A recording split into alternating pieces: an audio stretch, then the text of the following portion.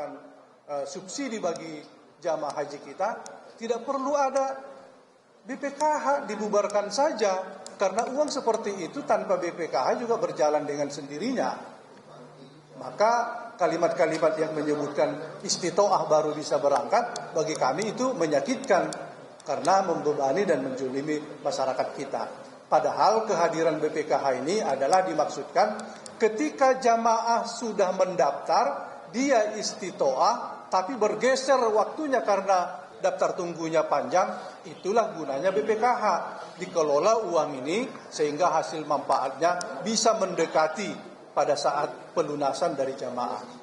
Inilah yang kita harapkan, bahwa ke depan Badan Pengelola Keuangan Haji ini kami punya target supaya mereka bisa menggandakan nilai manfaat ini sampai 2 digit.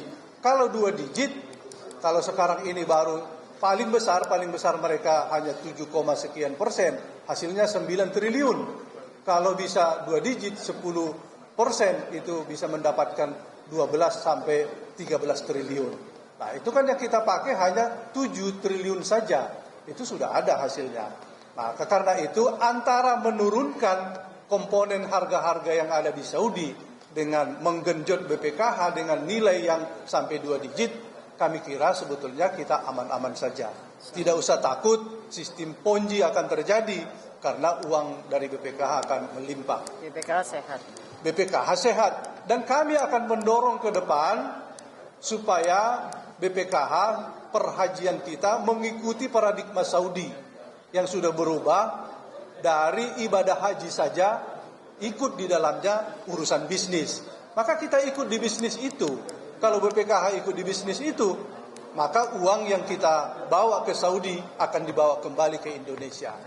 Sampai kita juga mengurusi bahwa yang dimakan oleh jamaah haji itu komponennya harus Indonesia. Berasnya Indonesia, bumbunya Indonesia. Itu kan akhirnya membawa kembali uang kita ke Indonesia. Catatan kami, kesimpulan kami hari ini adalah, pertama, kementerian atau pemerintah harus menurunkan harga komponen. Yang kedua, mereka harus bisa melobi haji kita hari ini, tahun ini harus 35 hari. Yang ketiga, bahwa BPKH menjelaskan kondisi keuangan kita supaya kita tahu membuat proporsi yang seimbang, tidak terkunci menjadi 70-30. Saya kira saran dari para anggota tadi sudah jelas. Ada yang mengatakan 60-40 dan bahkan ada, saya kira besok kita akan dengarkan penjelasan dari pihak BPKH. Kalau masih ada tambahan dari Pak Ketua, dari Bu Diah dan yang lain, kami persilakan.